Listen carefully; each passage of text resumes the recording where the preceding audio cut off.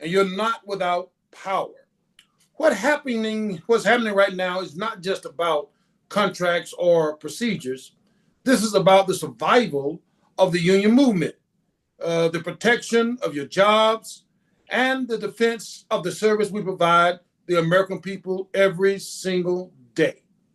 It's a fight that we've been engaged in and a fight that we've been winning. And that's why they're coming after our union so hard.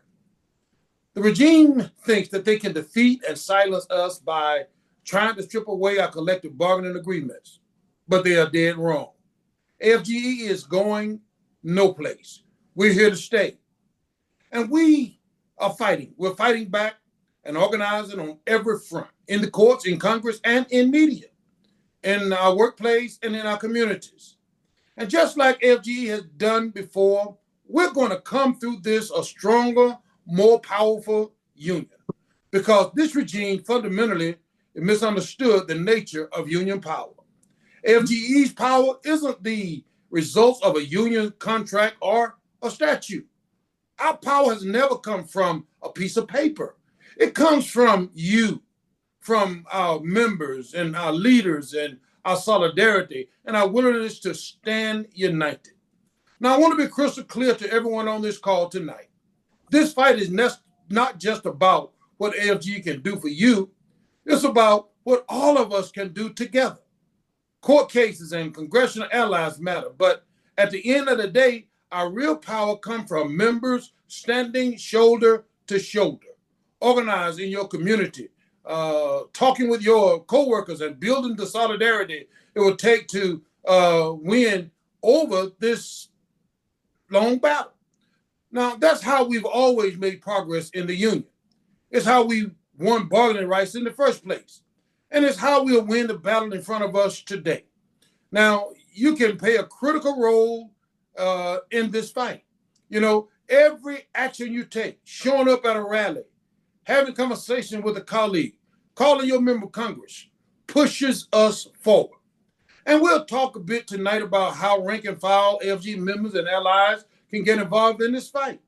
Tonight, you're going to hear from some of our strongest allies and leaders. And we're honored to be joined by Congressman Benny Thompson and Congressman Jamie Raskin, who stood shoulder to shoulder with us on Capitol Hill. You'll hear from our General Counsel, Rashad Sangui, with an update on the legal battles already underway. And you'll hear from Organizing Director Dave Cann about how we can plug into the organizing work happening across this nation. And you hear directly from our local leaders at Social Security Administration and VA and those that are on the front line every day of this struggle. And I want you to listen closely, stay engaged, and take heart in knowing that we are in this fight together. We will not be silenced. We will not be pushed aside. And with your continued activism and support, we will win. I guarantee you, if we just stand together, stay united, we will win. So let's get started, okay? So it's my honor to introduce a great friend of federal employees and to this union, ranking member of the Homeland Security Committee, Congressman Benny Thompson from Mississippi, for some remarks. Congressman Thompson. Good evening. Thank you for inviting me to join you today. And thank you, President Kelly, for your partnership. Yes. I also recognize Jamie Raskin, my colleague, who's also on the call. Donald Trump is doing everything he can to bully, intimidate, and force out federal employees who do not agree with his political bidding. As the largest union representing federal workers, AFGE is one of the most critical organizations standing in his way. So it comes as no surprise that he's doing everything he can to undermine union power. Early on, the administration tested the waters by trying to cancel the union contract at TSA. Thankfully, AFGE and its partners challenged the administration in court, and an injunction has kept TSA's collective bargaining agreement in place. Unfortunately, we cannot count on every court decision to go the right way. Most recently, one decision cleared the way for administration to cancel union contracts at several agencies, including FEMA, USCIS, the EPA, and the VA. Trump has said these contracts need to be canceled because of national security.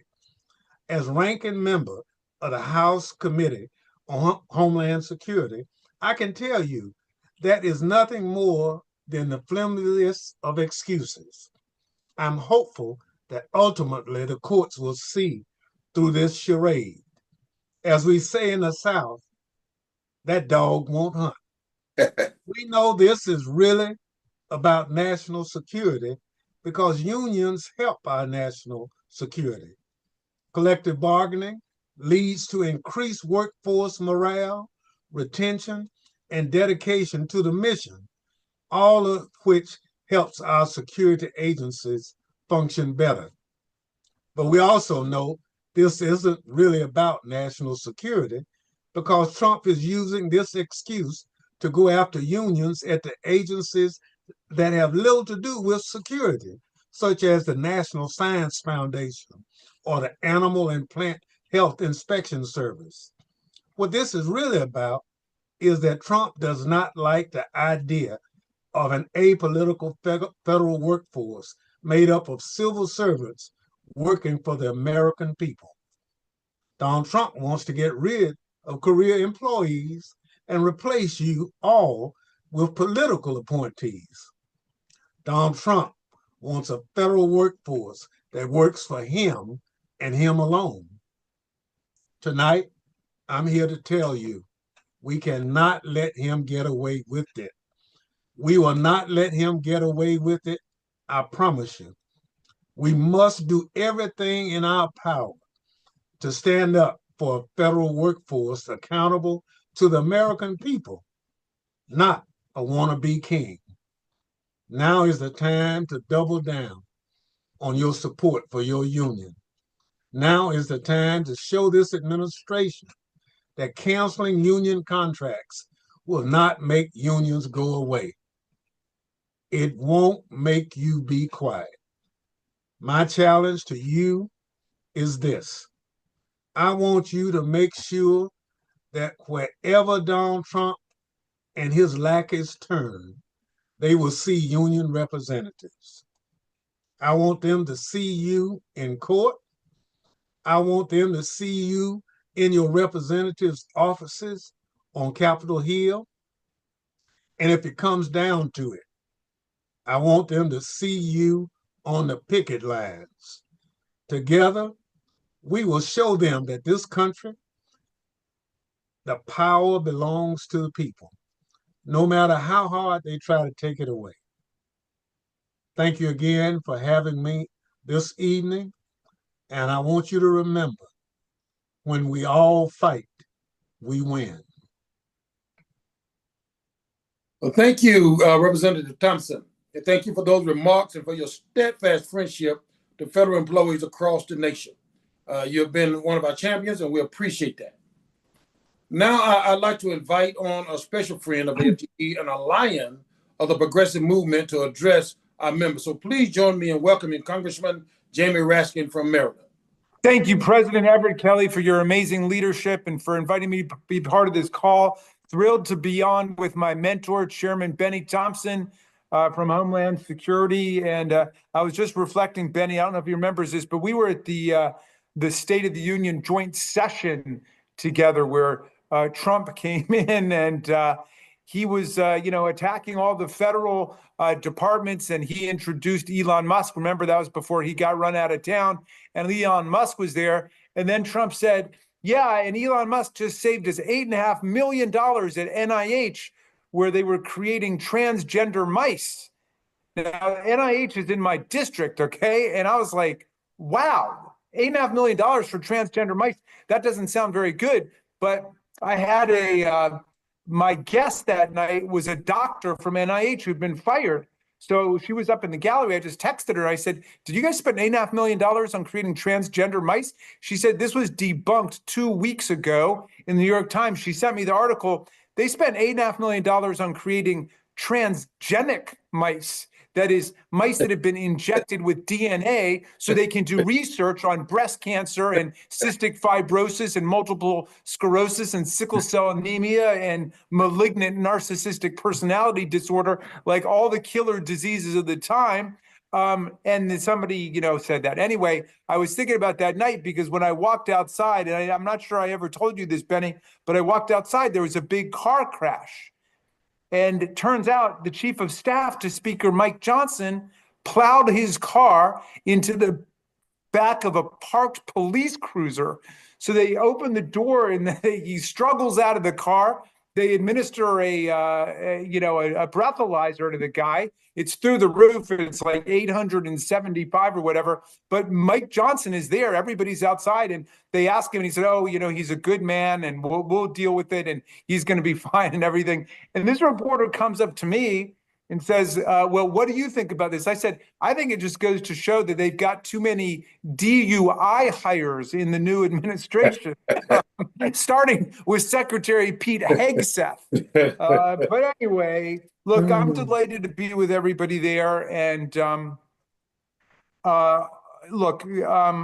everything's under attack today. Not just the unions are under attack. Unions are under attack. The public sector unions are under vicious attack. But so is the whole professional civil service under attack. You guys are getting it from two different directions because they want to dismantle the government functions that can't make them money and just delete those. And then they also want to blow up the unions, which are a force for political resistance and opposition to all of their efforts to destroy the rule of law in America. We need unions. There's no democracy without unions today, just like there's no unions without democracy. They rise and fall together. The unions are under attack. The federal workforce is under attack. The colleges and universities are under attack. The media are under attack as an independent force in society. ABC, CBS, NBC, 60 Minutes, NPR, Radio Free Europe, you name it. They're trying to just destroy all of it. And Donald Trump sues a lot of them. He sued the 60 Minutes, NBC for $20 billion. And then holds up the broadcast license that they want for a merger until they pay up to him. And it's just a shakedown, and it's a massive assault on civil liberty. People in the party opposition are under attack. Benny and I have a colleague from New Jersey, Congresswoman MacGyver.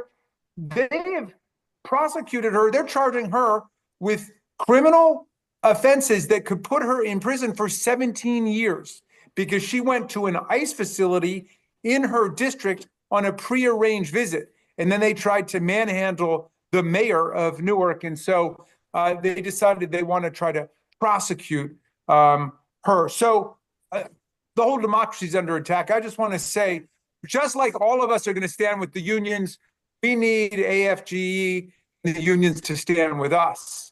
All across the board. Solidarity is going to be the watchword for us to get through this nightmare. Union contracts are contracts, right? The Constitution says no impairment of federal contracts.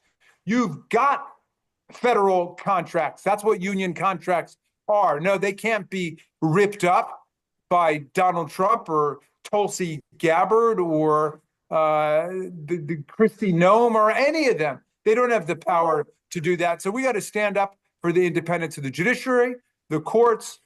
We got to stand up for the contracts, and we got to stand up for the Constitution, because ultimately that's where union rights are located in the Constitution, right? The First Amendment gives everybody the right, the freedom of speech, the freedom of association, the right to petition government for a redress of grievances. All of that is right there in the First Amendment. The union movement was what gave us a real First Amendment in America, because the First Amendment didn't mean anything until the 20th century, until the AFL and other unions demanded their rights to actually organize, to assemble in public, to protest, to demonstrate. And so we're going to have to get back to that. And don't forget the very first sentence of our beautiful Constitution. We, the people of the United States, in order to form a more perfect corporation, government, no, we, the people of the United States, in order to form a more perfect union. Now, that's right there in the preamble of the Constitution. So I just want everybody on this call to know that you are essential democratic patriots during this moment. We thank you, President Kelly, for standing tall and hanging tough, and all your members. We are there to back you up and stand with you, whether it's in court or in the streets or in Congress, to defend the rights of the workers and what you guys are defending, which is an efficient and effective, a productive civil service for all the American people. And that's why they're so determined to tear you down at the VA. They want to privatize the VA. They want to disassemble the VA. So they got to go through the union in order to do that. And we're not going to let it happen. So thank you all for hanging tough. And our doors are always open. And keep fighting, everybody. Don't stop fighting every day. Hey. Well, thank you, Representative Raskin, for those inspiring remarks. And thank you for everything that you do every single day for the federal employees. Okay. So now I would like to turn it over to our General Counsel, Rashad Samvi, to give a brief status update on our legal action. Now, but first of all, now I'd like to take just a moment just to thank the General Counsel Office for all of the incredible work that they have done in the first months of this year. You know, so thank you. And when you see them, and if you see them, you know, personally, tell them thank you. Okay, Rashad, you may go ahead. Thank you, President Kelly, and thank you for allowing us to serve AFGE. And so first, I want to just take a second to thank all of our members. It's an honor to serve you as AFGE staff, and I think all of the staff here would say that. I mean, to help advocate for federal employees and working people. You know, one thing I think about is while the last 8 months have been extraordinarily difficult for federal employees, these months have also highlighted how important the work you do is and how much you care not only for your rights, but for those of all Americans. And this is important with litigation as well. And so it's important to talk about with respect to a legal update. And that's the first thing I wanted to briefly touch on.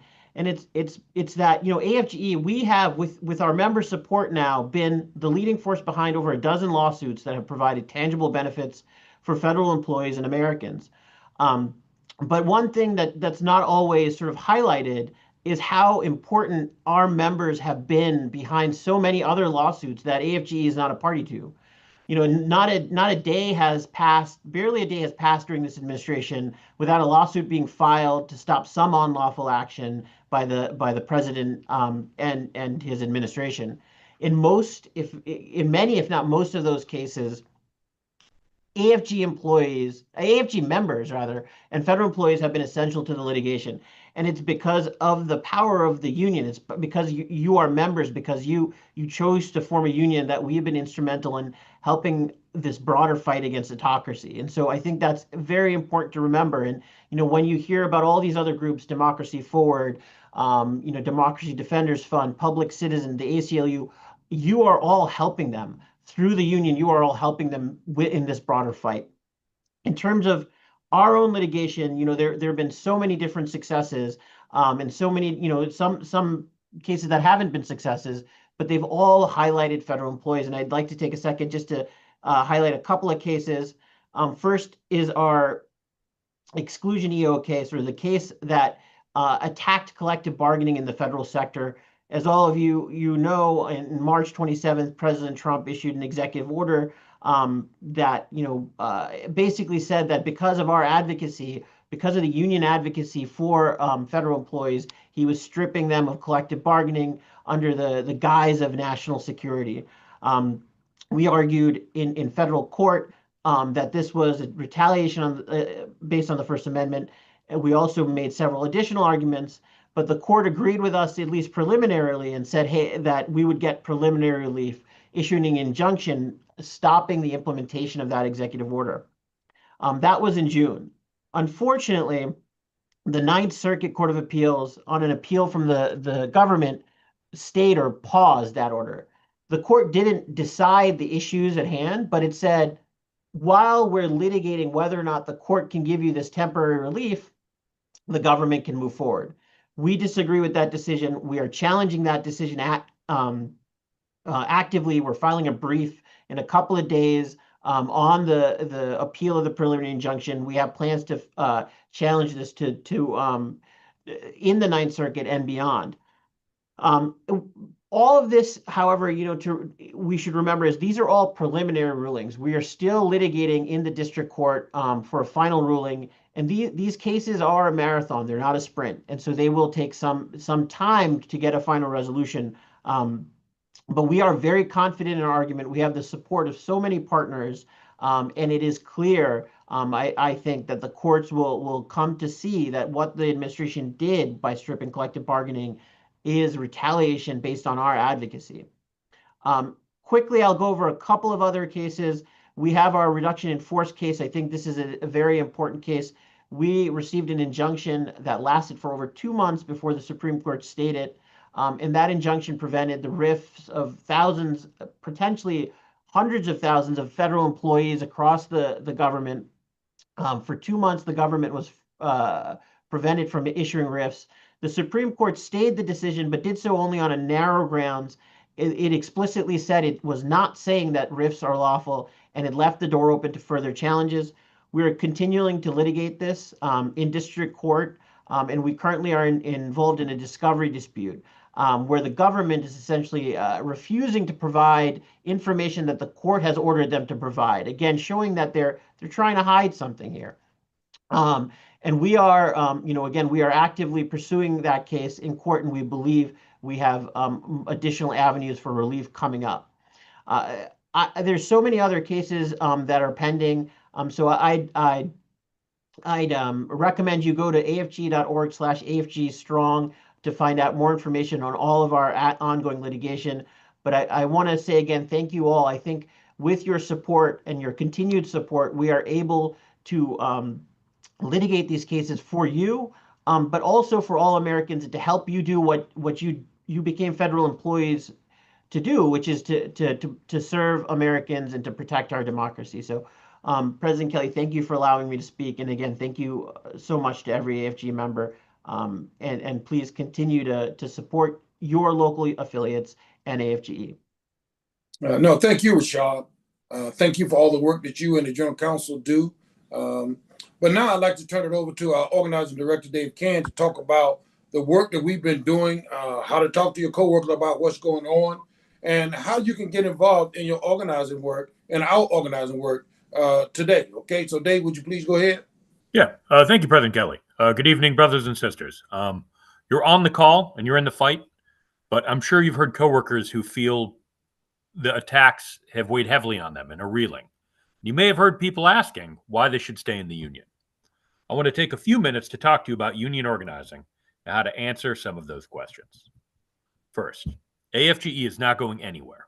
In the last administration, they tried to get rid of our union, kick us out of our offices, and stop us from representing members. We fought back, and we won. Now, they're trying to ignore our contracts and act like they don't exist, but closing their eyes doesn't make the contract disappear. That doesn't work in the real world, and it doesn't work in legal theory for canceling collective bargaining rights. Agencies want us to believe the contract is gone just because they say so. The truth is, AFGE will keep fighting in the courts, on Capitol Hill, in the media, and in the streets. If we stand together, we will get through this. AFGE is not going anywhere, and we will never give up the fight. Second, even while we fight for our contracts, we're still representing members every day. AFGE provides representation in disciplinary actions through administrative agency processes, through the Merit System Protection Board. We also represent members in the Equal Opportunity Commission and workers' compensation claims and more. Even when the agency turns their back on our rights, AFGE continues to stand up for each other, and we're winning. Third, our union's biggest victories have always come from member action. We stopped or reduced proposed reductions in layoffs, through protests and litigation, including 83,000 job cuts at the VA. We lobbied to protect the federal employee retirement system from cuts. We stopped the Air Commission from closing hundreds of VA facilities by mobilizing members, generating media coverage and pressing Congress.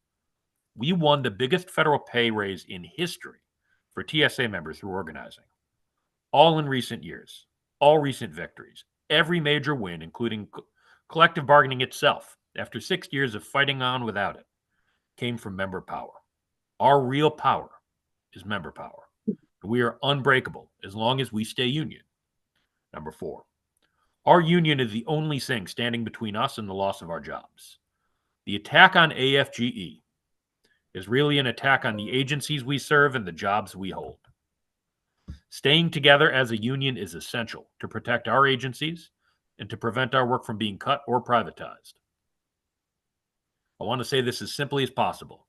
Save your union, save your job. 5th, we're fighting in the courts. You heard Rashab talk about it a minute ago.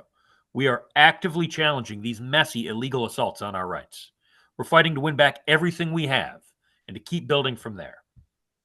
6, the only way we win back everything we had in our contracts is by standing together as a union. We cannot win back our rights if we give up our union. 7th, AFG members have exclusive benefits, including free or near free college programs for you and your family, and wide-ranging member-only insurance plans. Staying union is the only way to keep those benefits, and the only way to keep our power. And finally, we need to move every member to e-dues immediately. E-dues is the only system the government cannot touch. The more members we move to e-dues, the stronger and more independent we become. Converting to e-dues future-proofs our union and ensures we will always have the power to fight back and protect our jobs. Finally, I want to talk about a new resource for AFGE members, the AFGE Solidarity Center. The Solidarity Center is an online hub where members like you and all of your coworkers on the job can join the fight and protect our work. Go to www.afgesolidarity.org. I'll include that link in the chat. Not only can members check their membership status, sign up for e-dues, they can access organizing toolkits, sign up for live organizing training 3 times a week, and sign up to take action to fight for our jobs. You have heard us say repeatedly throughout this call and repeatedly throughout this fight that the union's power comes from its members. The Solidarity Center is designed to give every member the tools they need to stay engaged and connected in that fight, to become that power we're talking about. It is not just rhetoric. It is you and me putting our shoulder to the wheel and pushing. And this is a resource to do it in. There's more than a website. There's a platform to train, mobilize, and empower members across the country to build our union stronger than ever before. Every member should know about it and use it, because the Solidarity Center is our one-stop shop to get educated, organized, and get active. Thank you, President Kelly. Thank you, Dave. Thank you very much. Now, before we move into the final section of our program, I want to pause for a moment to talk with you a little bit about what you can do, as a rank and file member or an ally. And there's a lot of action that you can take right now. You can text bank, join our speakers bureau, help talk to your coworkers, help organize a rally, or speak to your member of Congress.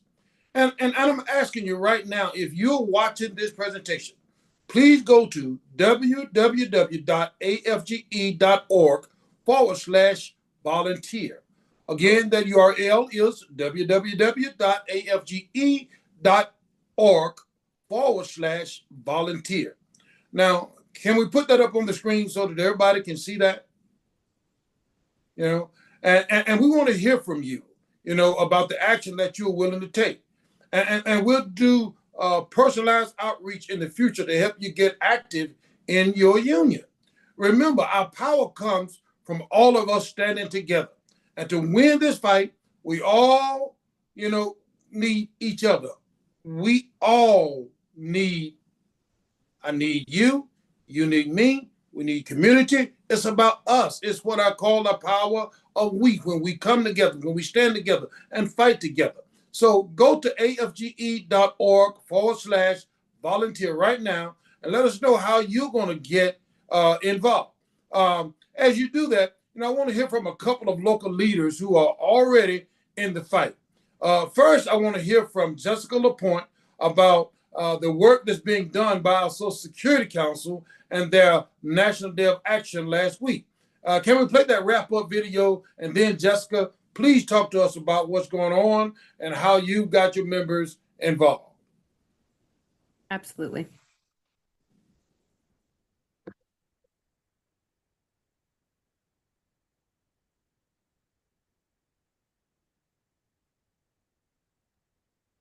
I think we may not have the video. Go ahead, Jessica. Okay. So the video, you can probably go ahead and check it out on our Facebook page. I'll put the links in the chat. We have two different Facebook pages going. We have the Council 220 Facebook page, and then we have the Social Security Workers United Facebook page. So we'll have it up there so you can see it. Hi, everybody. I'm Jessica LaPointe, president of AFGE Council 220, representing over 25,000 Social Security workers in field operations. I'm here to share with you the work we are doing in our agency to fight back the relentless attacks from DOGE and the Trump administration against the Social Security workers and the services we provide. So Social Security is personal for all of us. I myself am a child of Social Security. My father died when I was 9. My family was able to survive that terrible time because we had Social Security survivor benefits to support us. Many of my coworkers and you all have very similar stories. In fact, Social Security workers serve every American from cradle to grave, and we steward what you contribute while you're working and ensuring that it gets back to you when you are ready to retire and in your time of need. So after 90 years of this work, 90 years of running the world's most successful anti-poverty program through war times, depression, recession, 9/11, the pandemic, and through 16 different presidents, we will be damned if we're going to let this president or any president take Social Security away from us. The workers have spoken, and they will have to pry this agency out of our cold grip. That's how we feel right now. We're not backing down, because through every struggle Americans have faced, the Social Security workers have had this nation's back. But now we're asking for you all, our fellow AFGE brothers and sisters, and this country to have our back. When the Trump administration and DOGE attacked our agency, executing the largest Social Security staffing cut in its 90-year history, we viewed it as not only an attack on federal workers, it was also a vicious attack on the program itself. That they want to break our system and use the problems that they've caused as an excuse to privatize Social Security. AFGE members at Social Security refuse to stand by and watch our program be degraded and privatized.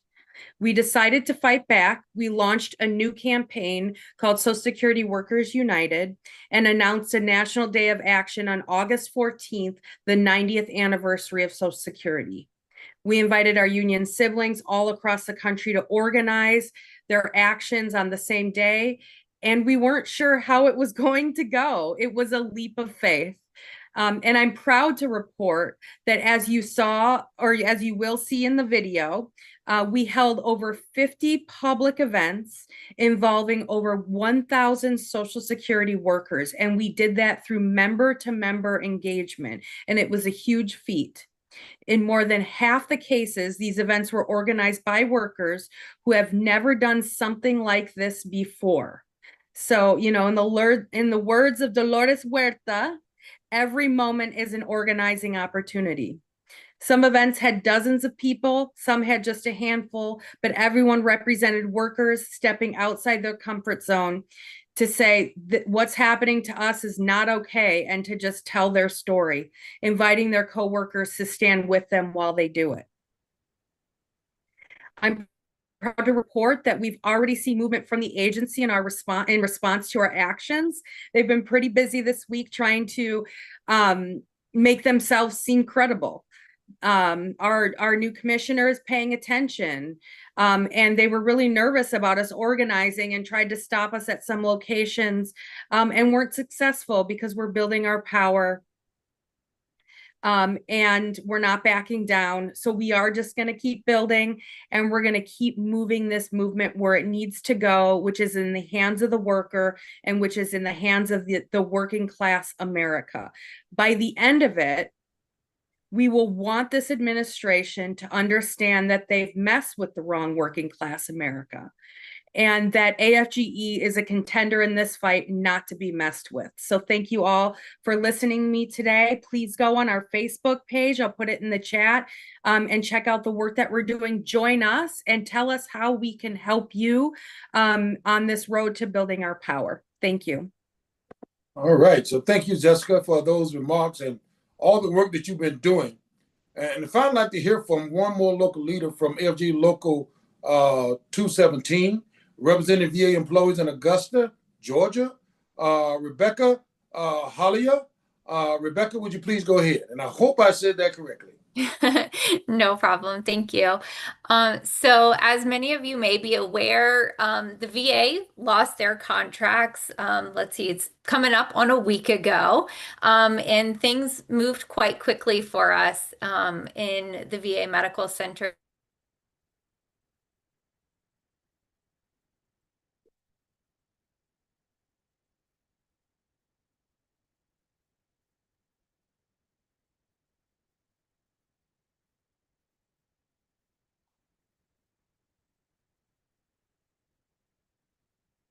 Passionate about doing is making partnerships with our community.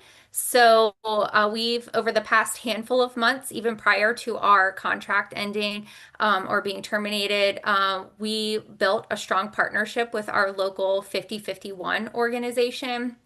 And they've been a really great ally for us. They, in association with our sister union here at our facility, NNU, we hosted a rally this past Friday as part of a National Day of Action across the country for VA facilities. Another organization that's been really helpful to us is FUN, Federal Unionist Network. If any of you are partners with them, I highly encourage you to reach out to them. They've been very helpful in helping to kind of create a little hub of organizations and get a group of us as leaders together between SEIU, NNU, AFGE, and help organize a variety of actions for us to just kind of have a place to gather and put ideas out and be able to come together through this difficult time. I know we've been hearing about e-dues, for many months now, and that's been really critical for our local. We really hit the ground running at the beginning of the year to switch all of our members to e-dues. And when payroll deduction ended, we did lose a couple hundred members, but we are holding pretty steady now in the 500s with our membership. And we're not letting that stop us. We hope to build our membership back up, and we are only allowing members to join via e-dues. We recognize that that's the only way to keep our membership strong and to keep our local strong. Another thing that's really important, I think, is to create that digital office space. One of the things that I did when I came in as a president is really worked the program that was set out for us. So I took over our local at the beginning of the year, and I really made it a mission to create that digital office space and follow the program that was set out for us by the national office. So we created, or we purchased a digital platform for doing intakes of grievances or workplace issues, and that is still ours. We're able to use that to gather information from our membership, even without a contract, even without a physical office space. We do still have challenges. I'd be lying if I said it was easy or that if it wasn't hard work, but we've made the steps and we're still working towards perfecting things and getting things in the right direction to where we can continue and that we're going to get it, get ourselves to the other side. Once we get our rights back and we get our office space back.